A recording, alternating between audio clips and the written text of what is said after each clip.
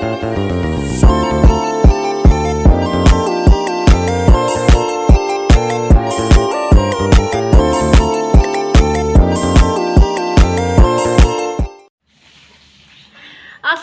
warahmatullahi wabarakatuh. Perkenalkan, nama saya Desi Astiawati dari kelas PGMI 4B, NIM 203220064, absen 17.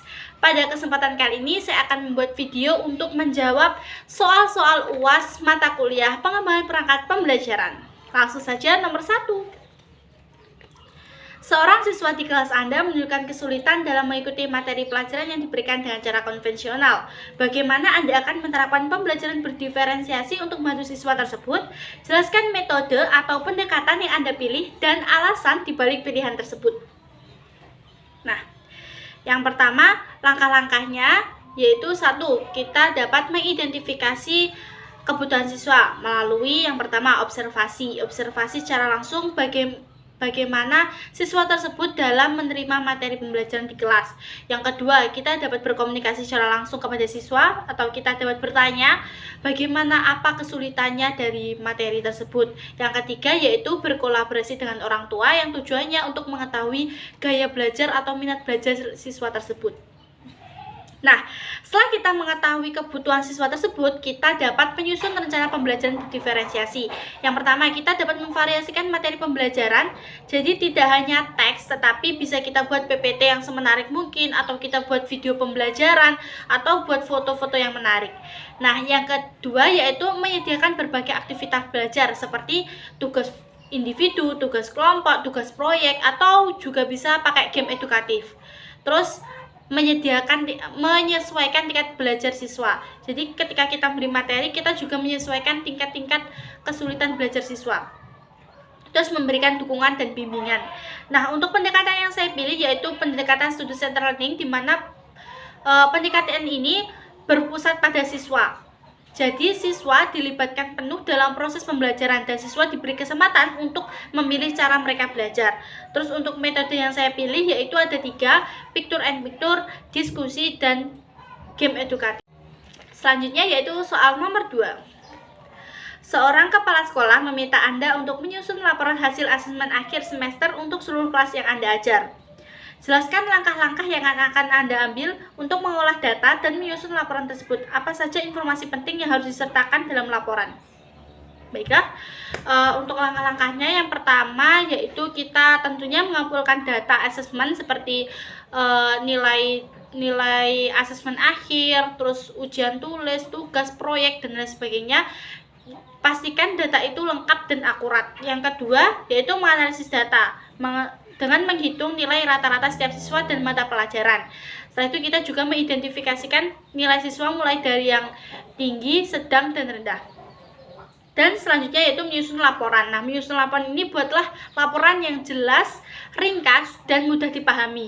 Gunakan tabel, grafik, dan bagan untuk menyajikan data secara visual. Nah, sertakan informasi penting seperti nama sekolah, tahun ajar, semester, mata pelajaran, nama guru, kelas, jumlah siswa, rata-rata per siswa, distribusi frekuensi, analisis data, dan kesimpulan dan rekomendasi. Setelah itu, yang kelima yaitu penyampaian laporan. Nah, usahakan saat penyampaian laporan itu jelas dan gunakan bahasa yang mudah dipahami. Nah, informasi yang lebih lengkap yang harus ditulis di asesmen akan saya cantumkan di sini. Selanjutnya yaitu soal nomor 3.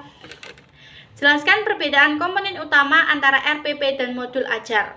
Nah, kalau RPP itu komponennya ada tujuan pembelajaran, kegiatan pembelajaran, penilaian pembelajaran, terus sumber belajar. Dengan modul ajar itu ada tujuan pembelajaran, uraian materi ajar, kegiatan pembelajaran, penilaian, sumber belajar, lembar kerja, dan media pembelajaran. Dan ada juga pendekatannya juga berbeda, terus penggunaan. Nah, untuk lebih lengkapnya lagi akan saya buatkan tabel. Ini dia. Selanjutnya yaitu soal yang terakhir atau soal nomor 4. Anda adalah kepala sekolah di sebuah madrasah atau sekolah yang ingin memperkuat penerapan nilai-nilai profil pelajar Pancasila dan Rahmatul lil Alamin. Jelaskan program atau kegiatan apa saja yang akan Anda rancang untuk mencapai tujuan ini dan bagaimana cara mengimplementasikannya. Langsung saja jawabannya yang pertama. kita akan mengadakan penguatan kurikulum dengan cara mengintegrasikan nilai profil pelajar Pancasila dan rahmatul lil alamin ke dalam semua mapel. Yang kedua, mengembangkan modul pembelajaran yang berfokus pada nilai-nilai tersebut. Yang kedua, melakukan pelatihan untuk guru agar mampu mengintegrasikan nilai-nilai tersebut dalam pembelajaran. Nah, untuk kegiatannya yang pertama, mengadakan kegiatan diskusi atau ceramah tentang nilai-nilai pelajar Pancasila dengan rahmatul lil alamin. Terus program pembinaan karakter yang berfokus pada pengembangan nilai-nilai profil Pancasila. Terus menciptakan madrasah atau sekolah yang menjunjung tinggi nilai-nilai Pancasila dan rahmatul lil alamin. Terus menerapkan budaya saling tolong-menolong, menghormati, toleransi, dan gotong royong. Nah, untuk implementasinya, yang pertama kita akan membentuk tim pelaksanaan program, yaitu gunanya untuk menyusun program, memantau pelaksanaan, dan mengevaluasi hasil program. Setelah itu ada sosialisasi program kepada seluruhnya, mulai dari siswa, guru, staf madrasah atau sekolah, dan orang tua. Terus yang ketiga yaitu pelatihan guru ini berfungsi untuk agar guru dapat mengintegrasikan nilai-nilai profil pelajar Pancasila dan rahmatul lil alamin.